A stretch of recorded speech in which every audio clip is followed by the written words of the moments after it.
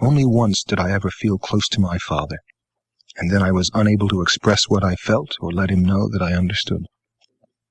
It was the Christmas after my aunt had left the house, and since it was she who always supplied the tree and the presents for my brother and myself, this first Christmas without her was a bleak and empty one. I recall that I was more or less reconciled to it because my father had worked only spasmodically throughout the year. 2 of our rooms were vacant of boarders, and my mother was doing her marketing further and further away from our neighborhood. This was always a sign that we were dangerously close to rock bottom, and each time it occurred, I came to dread it more.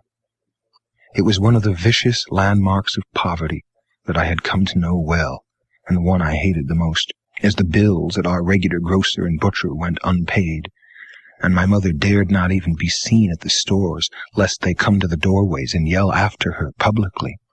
She would trudge 10 or 12 blocks to a whole new neighborhood and tell the new grocer or butcher that we had just moved into some fictitious address around the corner, and establish credit for as long as she could. Thus we were able to exist until my father found work again, or all the rooms were rented and she could pay our own grocer and butcher and gradually the others. This time, however, they had all of them gone unpaid, and my mother was walking 20 blocks or more for a bottle of milk. Obviously, Christmas was out of the question. We were barely staying alive. On Christmas Eve, my father was very silent during the evening meal.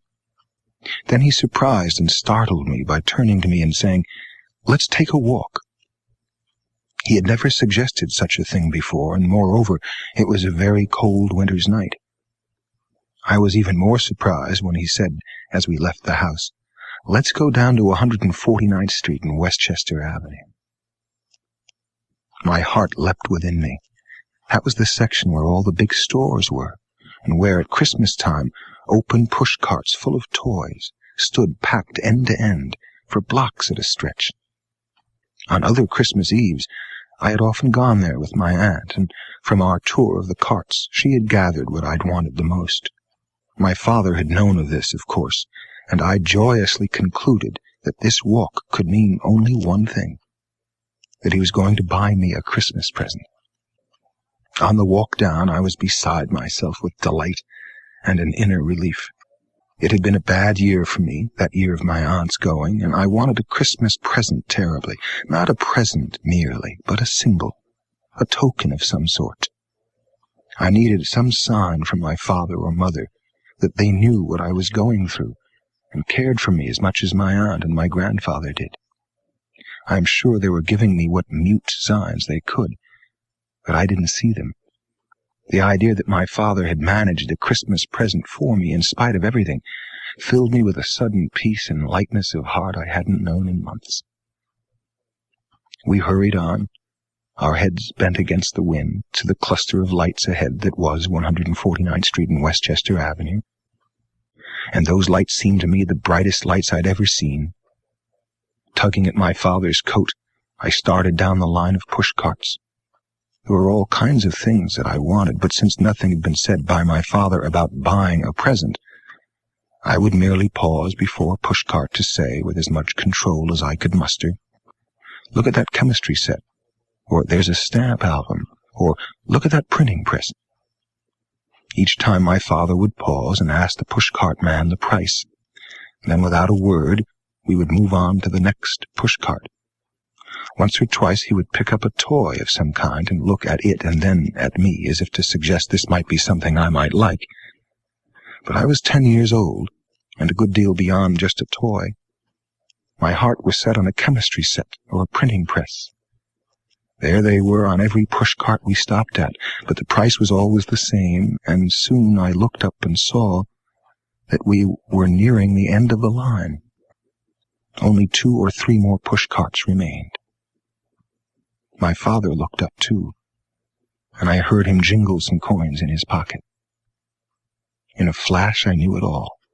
He'd gotten together about 75 cents to buy me a Christmas present, and he hadn't dared say so in case there was nothing to be had for so small a sum. As I looked up at him, I saw a look of despair and disappointment in his eyes that brought me closer to him than I'd ever been in my life. I wanted to throw my arms around him and say, "It doesn't matter. I understand. This is better than a chemistry set or a printing press. I love you." But instead we stood shivering beside each other for a moment, then turned away from the last 2 pushcarts and started silently back home. I don't know why the words remained choked up within me.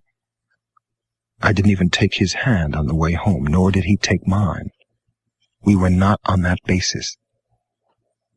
Nor did I ever tell him how close to him I felt that night, that for a little while the concrete wall between father and son had crumbled away, and I knew that we were 2 lonely people struggling to reach each other. I came close to telling him many years later, but again the moment passed. Again it was Christmas, and I was on my way to visit him in Florida. My father was a bright and blooming 91 years of age now, and I arrived in Florida with my wife to spend Christmas and New Year's with him.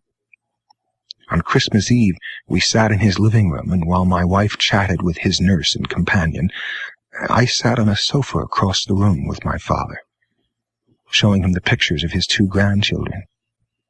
Suddenly, I felt his hand slip into mine. It was the first time in our lives that either of us had ever touched the other. No words were spoken, and I went right on turning the pages of the picture album, but my hand remained over his. A few years before, I might have withdrawn mine after a moment or 2, but now my hand remained. Nor did I tell him what I was thinking and feeling. The moment was enough. It had taken 40 years for the gulf that separated us to close.